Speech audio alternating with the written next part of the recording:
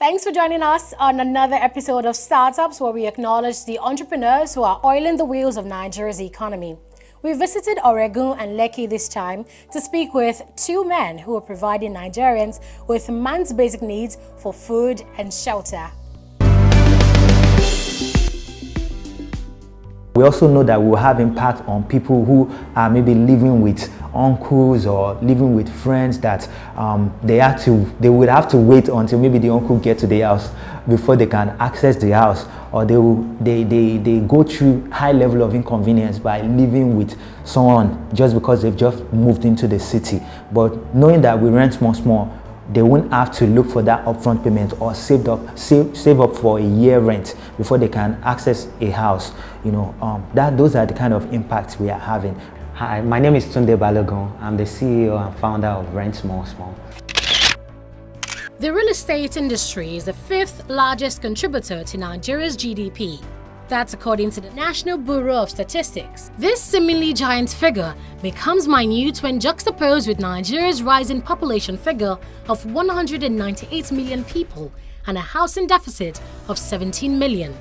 As is the case when demand outweighs supply, the cost of owning or renting apartments in Nigeria is inflated, as about 60% of the generated income of the average Nigerian goes to paying rent.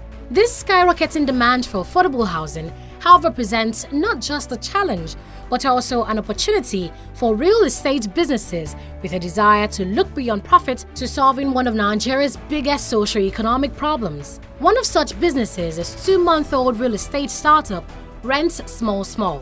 So what is Rent Small? It's an interesting name, and how does it work?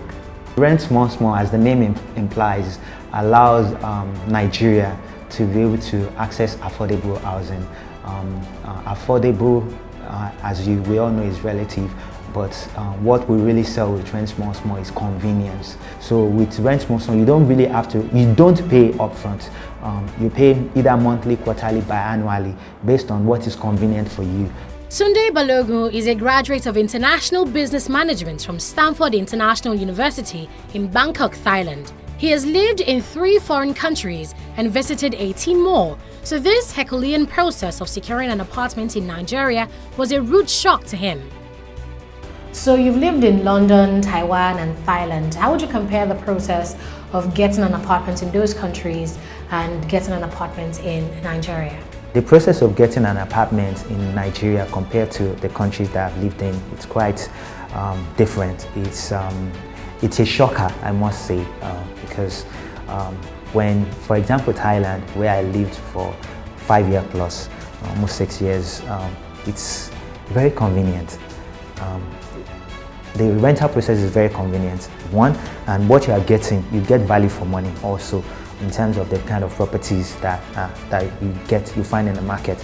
Unlike Nigeria, where again, let me use Thailand for example.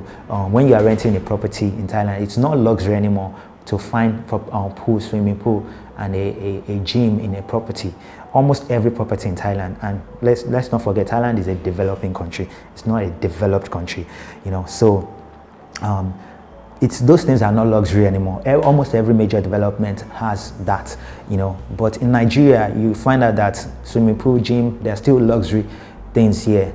You don't find them in every property, and yet you're still being asked to bring your head, bring your hand, and all that. So I find it very ridiculous when I moved back and was looking for a property to rent, and I have to pay upfront, pay agency, pay legal, and then I realized that the property I was even trying to get the value is not even compared to where I'm coming from. So you had an idea to challenge the status quo in Nigeria's real estate industry. What did you do next? We bootstrapped initially, and as you know, bootstrapping can be very capital intense because everything had to come from your pocket. We did that for a long period of time when we are building the technology part of the website of the business, and then setting up the office and all of that. But at some point, we got an angel investor who invested in. That was recent actually, so it has allowed us to put some things in place. Tell me about the very first landlord that signed up to Rent Small. How did he react, saying that he won't be collecting the year's rent upfront, but he was going to be receiving that in chunks.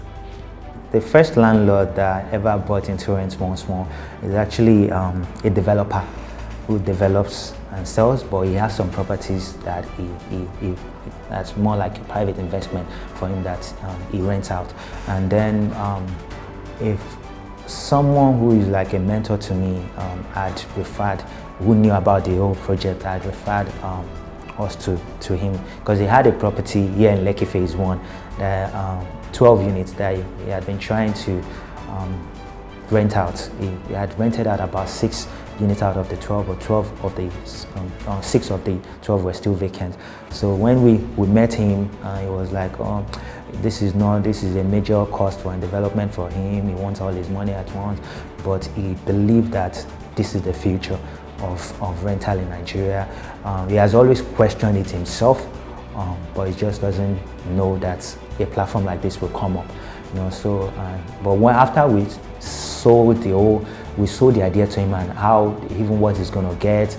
We shared about the default rate in Nigeria, why people are defaulting. A lot of people don't think about their next rent until when it's a deal. So he saw all of this data and all of this research that we've done and said, okay, I think I benefit more going with Rent Small Small than even collecting my rent upfront, because that upfront, the only advantage is that I collect the rent upfront, but there are other factors that play out that I'm not looking at, and I believe that a lot of landlords are not even looking at, and that will put them in problem at the end of the day. So he said he was ready to go, and guess what? We filled up the entire 6 vacant units, and even the tenants that moved out from the other 6 units that were rented, they went through Rent Small Small. In addition to charging rent monthly rather than annually, Rent Small Small ensures every apartment is a faster alternative to renting a house and eliminates payment of agency and legal fees. With all the perks of using RSS and its flexible payment method, could it possibly be cheaper than the convention, or is it more expensive?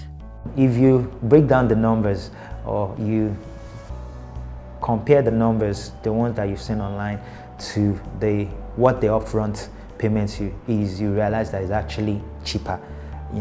That is one. Secondly, like I said, we're still very new, so we've done just as much as we have properties for 250, 300, 400 on the platform. We've done properties for 50, for 80. So with time, we're going to grow downward in terms of, when I say grow down, in terms of the rental price. We have this in our plans, our strategic plan already, in a long-term plan. So within a year, we want to have properties going for 20,000 a month, 15,000 a month. We've even done property of 27,000 a month, on our platform. So the vision is that, the plan is that we want to, as much as the high class, the middle class, we also want to reach out to the low-income people, to be able to get them to use Rent Small Small and be able to pay flexibly. Rent Small Small currently has over 100 landlords on board. They are fully operational on Lagos Island, and they have plans to expand into the mainland and other states in Nigeria soon. To ensure that tenants are getting value for their money, the company carries out thorough checks on any landlord interested in partnering with them. We were referred to a landlord, and then we inspected the property and all of that, and we asked the landlord to, we asked questions we asked a few of the tenants that were in the property, and one of them was a bit like, wasn't quite, just gave us a story around the experience he had had in the property. So because of that, we went online and checked the landlord out, and we realized that there has been several cases, lawsuits against this landlord, and there's track record of his dealings basically online.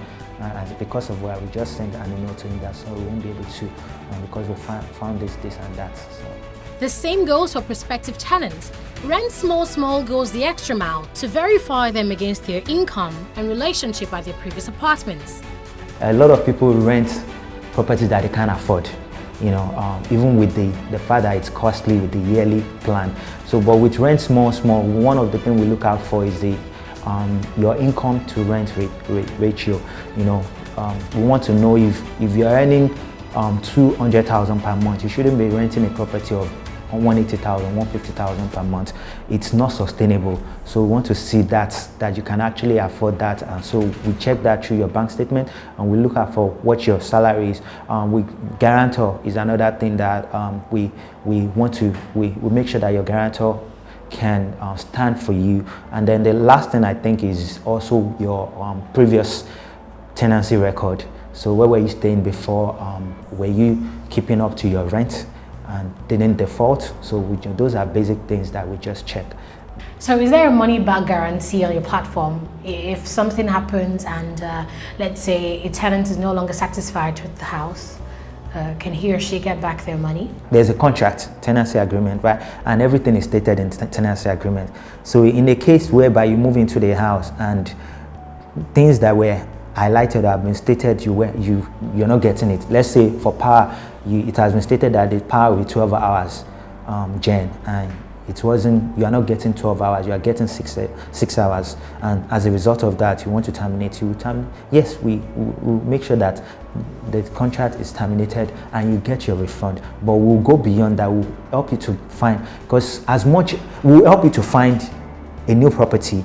But I want to take it back again to the case where what could make that happen, that scenario where 12 hours power was guaranteed. And so we don't have any cases like that, I must say, but we've created plans for it already. So in a case where a landlord had already signed an agreement with us beyond the tenancy agreement, and the landlord is not living to their obligation, then from our side we can sue the landlord because the tenant is not getting what they're supposed to get, and the landlord has been paid for on the property. So to avoid all of this situation happening, what we do is also to do due diligence on the landlords.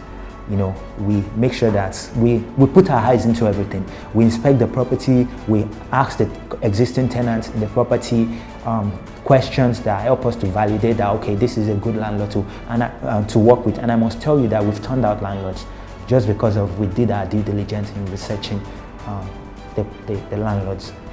Rent Small is all about convenience. They also rent furniture and appliances so tenants can pay for them on a monthly basis. The vision really is to make property rental convenient for Nigerians.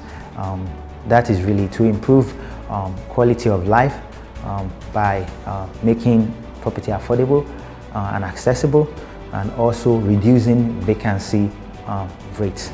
Because you realize that because especially in the CBD areas, there's huge vacancy just because the prices are high and all of that. So with our model, which is flexible, those properties that are high, they can break the price down, and people that, let's say, can't rent them up front can now rent them flexibly.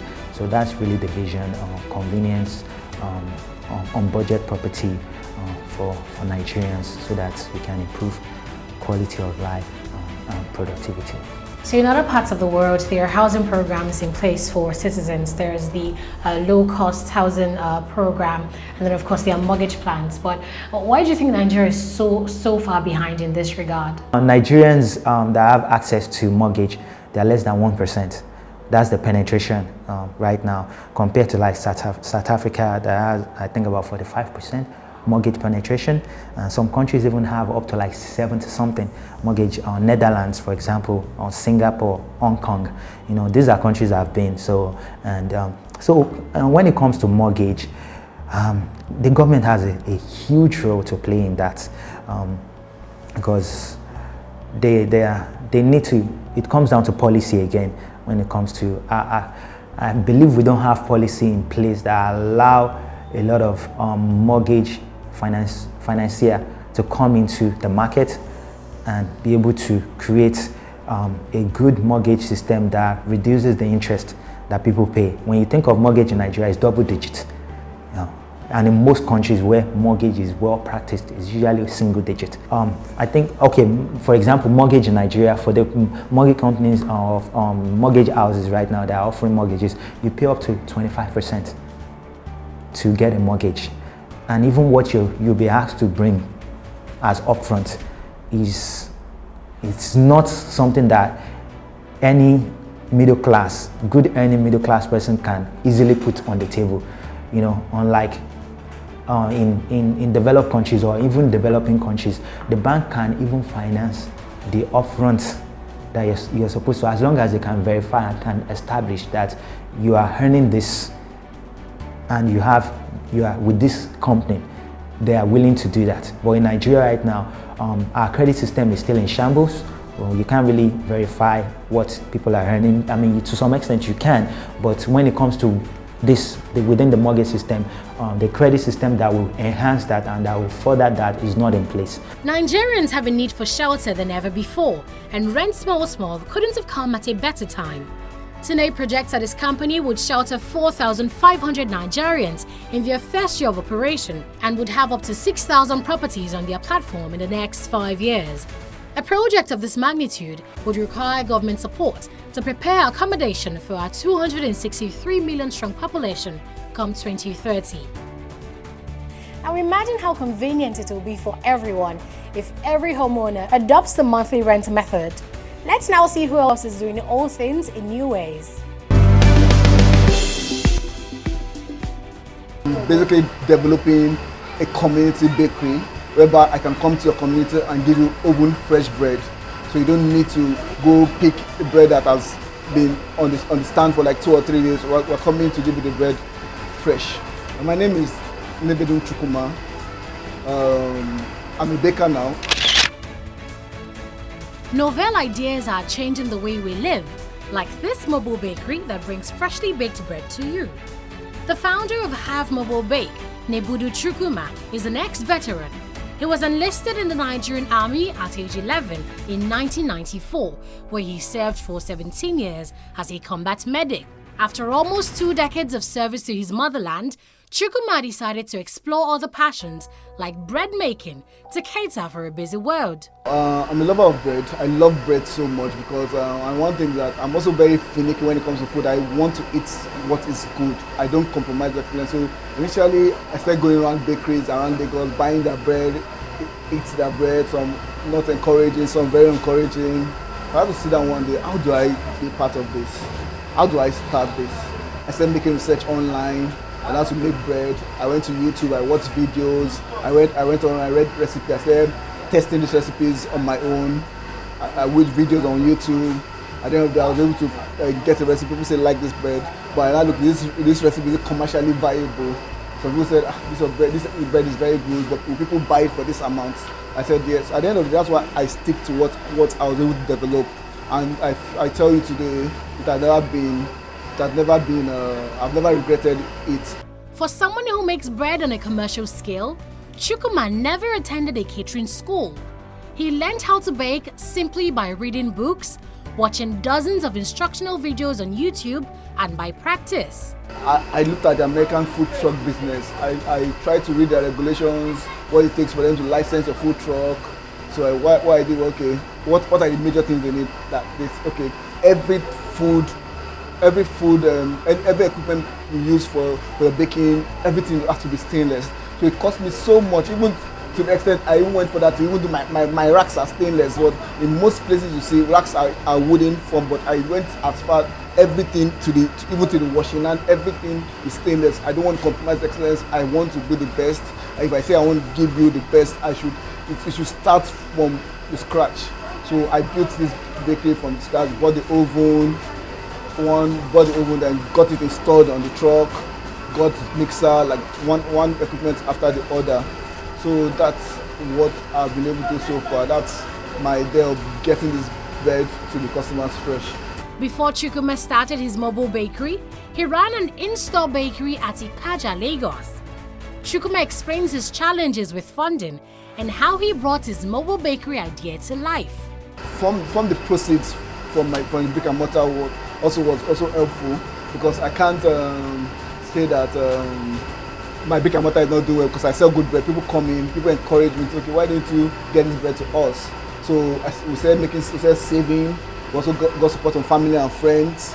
I also got a small loan from the bank, which I got a loan, about £1 million loan to do for the finishing aspect of it, and getting it from the commercial bank. You know, the interest rate is not encouraging, so we have to grind, meet people, buy this bread so we can easily meet our commitment to our debtors, or our creditors rather. Although he received no formal business training either, Chukwuma says his experience in the army is helping him be a better businessman. And one thing in this business, consistency is very key. One thing with most Nigerians, when they start a bakery, when people get to know their brand, they start with the quality. But one thing I've told myself, integrity is very important and key. So I will make consistent with my quality. And being the fact ex-military, I learned so much from the military: discipline, I know patriotism. So all these things are very, very important. When you really want to be patriotic doesn't mean that you just all the time you have to carry the gun, you have to be in the war front, you have to defend the country, yes. But when you talk about patriotism, you're talking about doing what is right, all for the brand of the country, representing Nigeria everywhere you go. That's what patriotism is all about. So I'm talking about discipline, doing the right thing at the right time without being monitored, without being controlled. That's what this is all about, and I've learned that from the military and putting that into this business. Harv Mobile Bake sets up at some Etnan Efforts base in Ikeja, but they drive out to different parts of Lagos 3 times a week. At this stand at Oregun Ikeja, bread lovers come out in their numbers to patronize the business. These customers are particularly fascinated about the idea that it's a bakery on a truck. And I was on my way to church this morning, and I just, the bakery, the fact that it's a mobile bakery was just caught my attention. I was like, and those that know me very well know I love bread, as in I eat bread.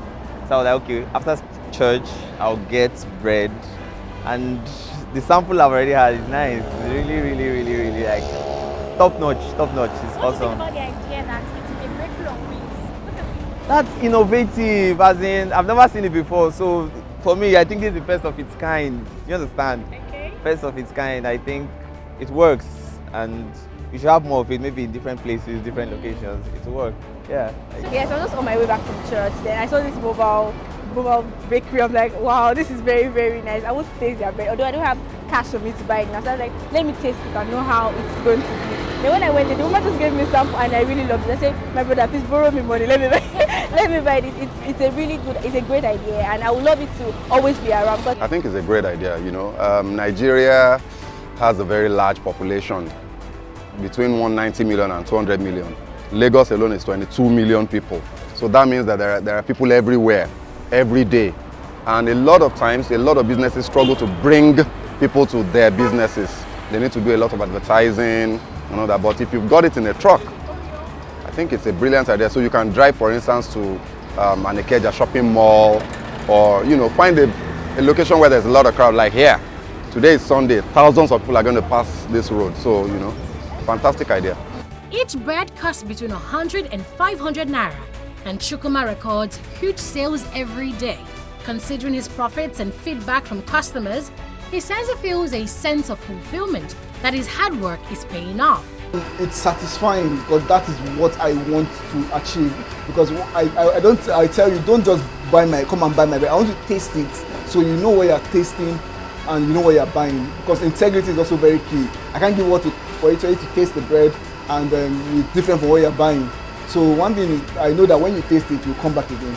So what I always tell my customers, if you want to take this bread home, don't buy one, buy 2. Because when you buy one and you taste it, that bread won't get home.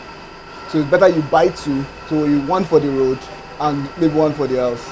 And when you get home, don't allow your family to taste it if you tend to have it for breakfast, because you don't get to breakfast if they test it that night. So that's just the idea. I feel it's very satisfying when you see people coming to tell you that I love your bread. I've not eaten any bread like this. You can see the expression for customers who are telling us that wow, why have we been all the while? Why have we not? So that is the motivation. When a customer tells you you have a good bread. Chukwuma's vision for Harv Mobile Bake is continental expansion to serve Africa with affordable, oven-fresh bread and pastries. We're hoping to see that we have this mobile bakery in 36 states all over Nigeria, if possible, as far as Africa. We're starting small today, so we hope maybe by the next 1 or 2, 3 years we should have covered like 6 states at the moment. So we're looking at maybe the 6th geopolitical zone. From there, we will move forward, and we're also welcome to people who are also trying to replicate this as a franchise. So, but one thing for sure that we take excellence as an habit.